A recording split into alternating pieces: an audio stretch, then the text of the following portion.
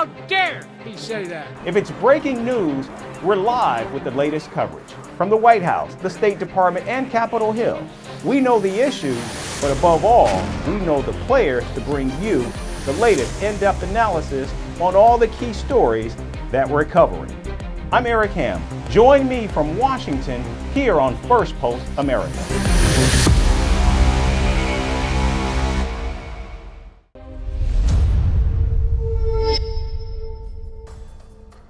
Hello and welcome to Firstpost America. I'm Eric Ham, coming to you live from the nation's capital in Washington, D.C. And over the next few minutes, we'll take you from the United States and around the world, covering all the top stories of the day. But before that, let's take a look at the latest headlines.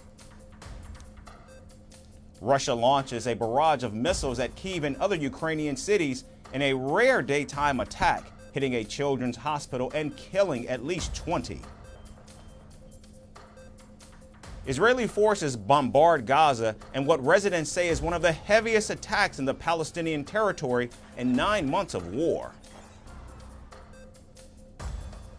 The U.S. Congress reconvenes and all eyes are on Democratic lawmakers to see which members will come out openly and call for President Joe Biden to step down in the wake of that disastrous debate performance against Donald Trump.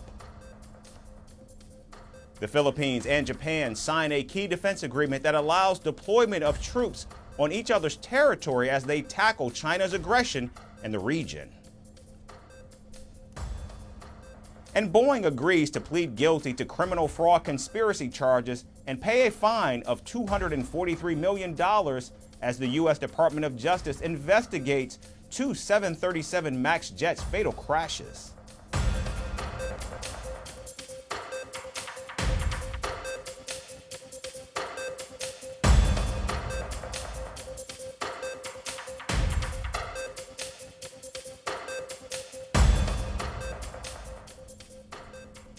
We begin with the high-octane electoral battle in France that is now concluded with a dramatic twist leaving the country in a political deadlock. Marine Le Pen's far-right national rally was set to stage what it hoped would be a victorious coming-out party. It would have been the first time the far-right would have entered government in France since World War II. But as the numbers from the France's parliamentary election results trickled in, the mood at the party turned 180 degrees. A week ago, all talks had been of a possible absolute majority for the far right. But after the second round of voting, the national rally has been beaten into third place with 143 seats. Le Pen and her young prime minister in waiting, Jordan Bardella, who were seen to be on a course for victory, suffered a massive setback. But keeping spirits high, Le Pen said the party's victory had merely been delayed. The quagmire that I warned about has of course come true. France will be totally blocked with three groups that have more or less the same influence in the National Assembly. Well, we're going towards that, it's sad.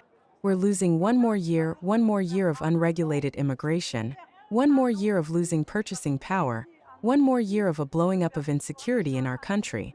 But if we need to go through that, then we'll go through that.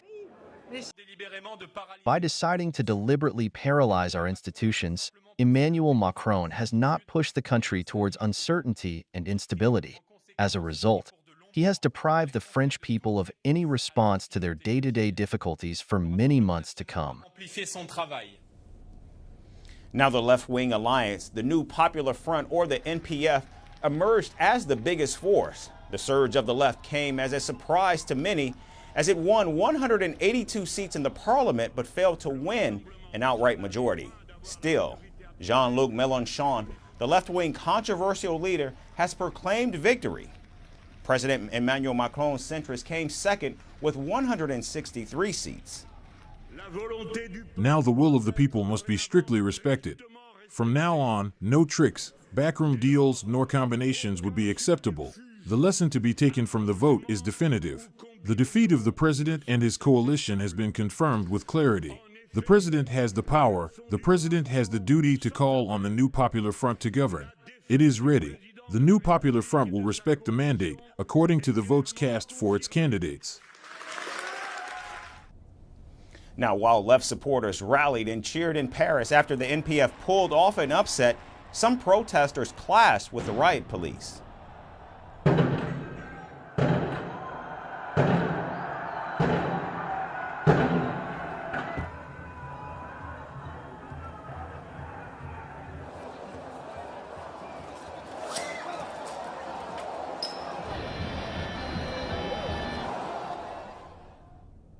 Now, Prime Minister Gabriel Attal has handed in his resignation to the president, but he said he could stay in place for a short term while a new government was being formed.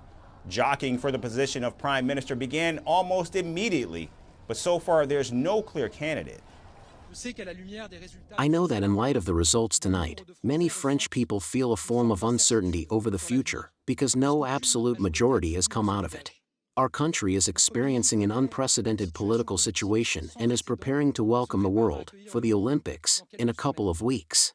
That said, I will of course do my duties as long as it's needed. It cannot be otherwise on the eve of a date that is so important for our country. President Macron had called these elections 3 years ahead of schedule in a bid to reshape France's political landscape. However, for now, the only outcome of this election has been gridlock, and it has left the European power in greater uncertainty with no party in the majority in the 577-seat parliament. France traditionally has no political culture of forming coalitions like Germany or Italy. And analysts say there could be two main scenarios that in fact play out. The first could be a minority government led by the left wing in which the president and prime minister come from rival camps. The second scenario could see Macron's centrist alliance and the Republicans form a coalition minority government. But this could be very unpopular and may trigger protests because Emmanuel Macron's party has clearly lost the parliamentary election. In fact, several party heavyweights lobbied for Macron to stay away from the campaign as they believe he'd worn out his welcome. And this major political setback for Macron comes as he heads to Washington for a crucial NATO summit. And with no clear path forward, Macron certainly stands weakened both at home and abroad. And moving to the Middle East, Hezbollah says it launched its largest ever air operation against Israel on Sunday.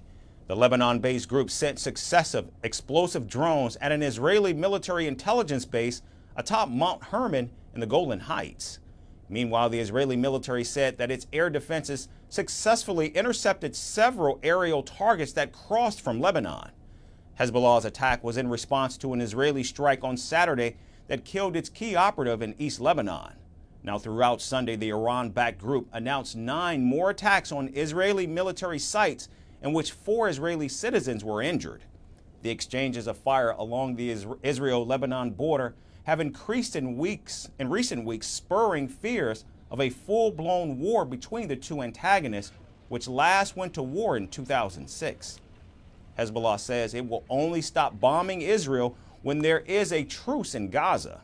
However, Israel's defense minister Yoav Gallant says a ceasefire in Gaza will not have much effect on the fighting with Hezbollah. Even if we reach an agreement regarding the hostages deal, and I very much hope that we will be able to reach one in the south, it does not affect what is happening here unless Hezbollah reaches an agreement. But a ceasefire isn't a ceasefire. A ceasefire there and reaching an agreement here. We continue to fight and do everything necessary, and this is what brings the results. Meanwhile, the war between Hamas and Israel reached the 9-month mark on Sunday. Israelis called it the Day of Disruption, which began at 6:29 a.m. local time, noting the exact moment Hamas launched its attack on Israel on October 7th of last year. Israeli protesters blocked highways across the country and demonstrated outside the homes of Israeli parliamentarians, demanding Prime Minister Benjamin Netanyahu's resignation. Most of the citizens here resist the government, don't support the government, and we feel like our leaders don't represent who we really are. And the protests are a way to show our voice the best, to show our voice to the leaders, show our voice to the world, and let everybody know that this isn't the government that represents us, that Bibi Netanyahu doesn't represent us, and that we want change, we want to vote again, we want new leadership. And near the border with Gaza, Israelis released 1,500 yellow and black balloons to symbolize those who were killed or captured by Hamas. Fortunately, our Prime Minister is very weak and caring only about himself and staying out of jail, and that's why his government, supposedly, but nothing for the country and obviously nothing for the hostages, and he have a deal right now, and he's giving the right-winger, very minority part of his government to controlling. Meanwhile, Netanyahu has said that any truce with Hamas must allow Israel to continue fighting in Gaza until its goal is achieved, which is essentially eliminating the Palestinian group. So with the risk of an all-out war with Hezbollah and pressure mounting domestically, Netanyahu is finding it increasingly difficult to achieve his goals in Gaza. And our next story is from the Caribbean. Cuba claims that it has successfully thwarted a terrorist plot planned against the country. Havana alleges that the terror plot was hatched on U.S. soil and claims it has apprehended the alleged mastermind along with several others. Authorities say the Florida man, who has been arrested with firearms and ammunition, is allegedly part of a new recruitment plan aimed at carrying out violent attacks in Cuba. How will this latest incident affect already fraught ties between Washington and Havana? Our next report brings you the latest details. On December 9, 2023, a Florida resident traveling on a jet ski came ashore on Cuba's northern coast. He wasn't a curious tourist or a local who had wandered off, but a terror mastermind from the United States who came with the plot to attack Cuba. This is what Havana claims. The man arrested was found carrying pistols, ammunition, and loading clips. An exhaustive investigation by Cuban authorities revealed that the suspect was heading for Cienfuegos and was arrested. Cuba claims the unnamed man allegedly had ties in South Florida with an organization enlisted under the National List of Persons and Entities Associated with Terrorism in Cuba. And he had even contacted several people to recruit them for burning sugarcane plantations, provoking disturbances, and handing out propaganda. However, his mission was thwarted by the swift intervention by the Ministry of Interior, who months ago designated at least 61 individuals and nearly 20 organizations under investigation for alleged terror activities. The document indicates that the Ministry of Interior has reasonable grounds and documented evidence to include them in the list, and adds that these groups have received funding from the US State Department and also from the CIA, which uses various entities and NGOs to deliver it. The recent arrests and alleged terror plot have further deteriorated ties between Cuba and the United States. The rift between the two countries dates back to 1959, when Fidel Castro overthrew a US-backed regime in Havana. Since then, ties between them have been plagued by hostility and distrust. In decades that followed, successive US administrations brought in policies to isolate Cuba. The island nation was hit with economic sanctions. The United States has sanctioned Cuba longer than it has any other country. Democrat President Barack Obama took steps to normalize bilateral ties during his tenure, but the Trump administration reversed these reforms. Biden too blew hot and cold with the island nation through his term. In 2020, when Joe Biden came to power, he loosened some restrictions. But a surge in irregular migration from Cuba posed new challenges for his administration. In 2021, Biden also upheld the Trump-era title of enlisting Cuba on the list of state sponsors of terrorism. Then in May 2024, the US State Department took Cuba off the list of countries that are not fully cooperating with the US on counter-terrorism efforts. While the Cuban government celebrated the State Department's decision, it called for the US to remove Havana from the Trump-era sponsor of terrorism list. Now, relations between the United States and Cuba could possibly be staring at another dramatic turn. Not just because of Cuba's latest charge of a US-based terror plot, but also due to presidential elections in the United States that are just a few months away. If Biden retains the Oval Office, he might be forced to take a harsher stand as illegal immigration remains an election-hot topic and a major concern among American voters. And if Donald Trump makes a comeback, he not just brings with him his policy of sanctions, but also his militaristic plans to block immigrants and deport millions of them.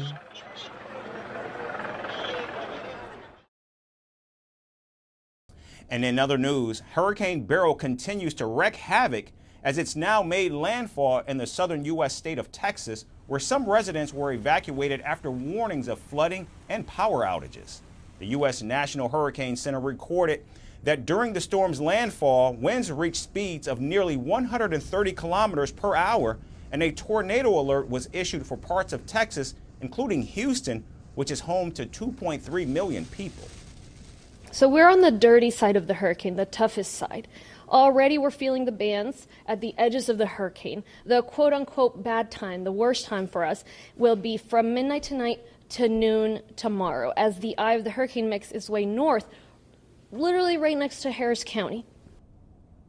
Now, the National Hurricane Center also said that rainfall of up to 38 centimeters is expected in parts of Texas, warning that it could cause flash flooding in some areas.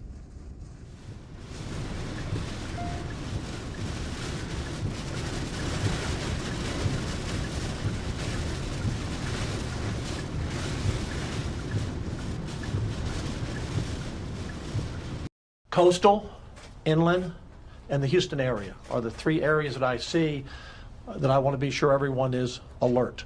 Yesterday, I declared an additional 81 counties in the disaster area, so we are now at 120 counties in the disaster area.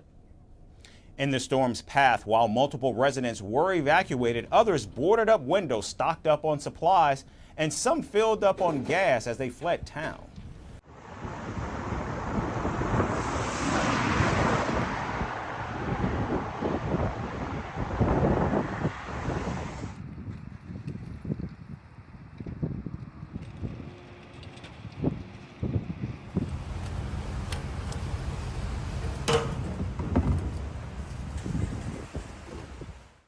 Worried about the rain and anything, flood.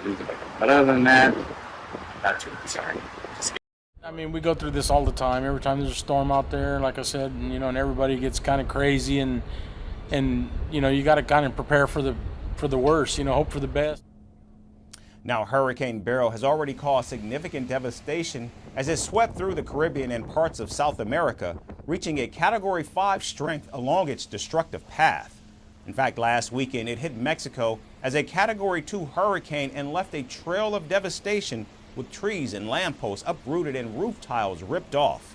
Luckily, there were no reported deaths or injuries in Mexico. Now, prior to that, Beryl impacted the Cayman Islands, Jamaica, Grenada, St. Vincent, and the Grenadines, as well as Venezuela. The formation of Beryl as the first hurricane to reach the Category 4 level in June and the earliest to hit the highest Category 5 in July is a rarity in the Atlantic hurricane season. The occurrence of such a powerful storm this early from June to late November is extremely unusual. In fact, scientists are confident that climate change contributes to the rapid intensification of storms like Beryl, given the abundance of energy provided by a warm ocean, which serves as fuel for these increasingly deadly storm systems.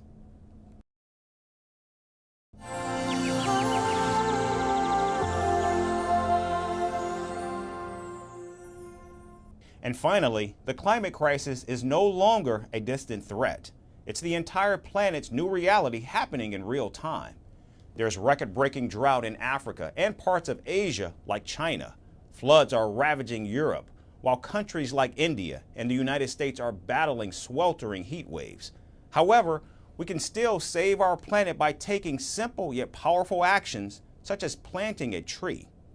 News 18 Network, the largest news network in India, has launched Project One Tree. It aims to mobilize people to plant a tree to fight climate change. Our final report explains how even a single tree can make a big difference. Record-breaking drought in China.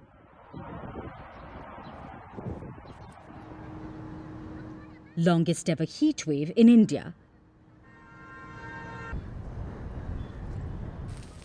Raging wildfires in Australia.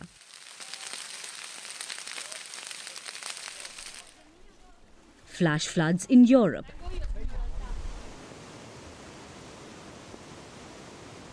Rapidly melting glaciers. bigger storms, fiercer cyclones, and widespread destruction.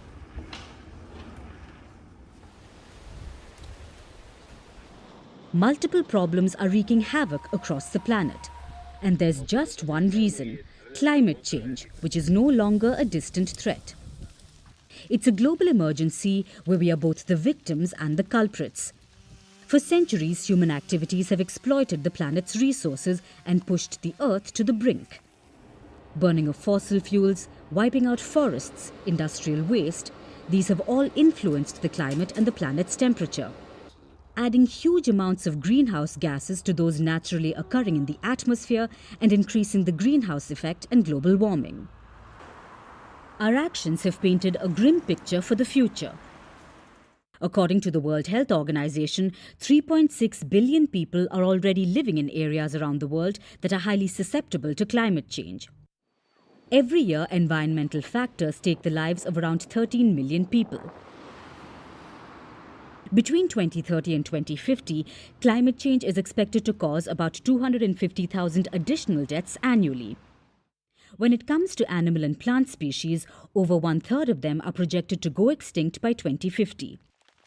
Today, as we stand in the age of global boiling, it has become imperative for each one of us to compensate for the damage to this planet. And here's how you can do that. You need not become a climate activist. One simple step by each one of us can make this world a better place and help the planet sustain life. You can just start by planting a tree. One single tree provides a day's oxygen for up to 4 people. Trees also absorb various toxins and pollutants and enhance soil strength. They also provide habitat for wildlife and support our well-being. And for people living in cities where air conditioners have almost become a necessity, trees can cool the temperatures by up to 10 degrees. Keeping all of these benefits in mind, News 18 Network, India's largest news network, has launched Project One Tree that aims to mobilize every Indian to plant a tree as a measure against climate change. The movement seeks to raise awareness about environmental conservation and foster collective action towards a greener and more sustainable future. Imagine the difference we can make with just a sapling. If each of us plants just one tree, it would lead to a significant reduction in carbon emissions and improve the health of our planet. Each tree that we plant today will serve as a beacon of hope for our future generations.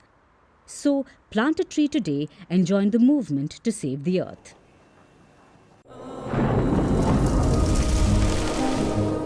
Climate change is on our doorstep. It's time for a revolution to take root.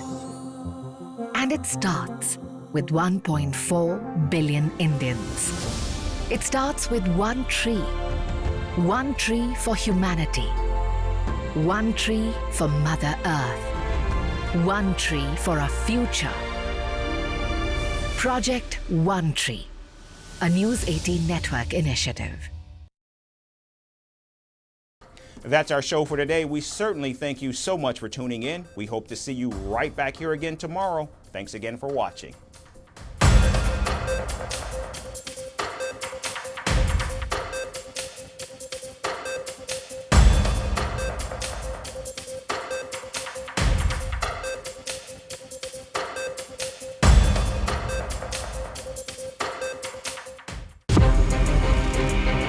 From impeachments to inaugurations, if it's a political story, we are on the scene. The race for the White House is heating up. We're beating Biden. How dare he say that? If it's breaking news, we're live with the latest coverage. From the White House, the State Department, and Capitol Hill, we know the issues, but above all, we know the players to bring you the latest in-depth analysis on all the key stories that we're covering. I'm Eric Ham. Join me from Washington here on Firstpost America.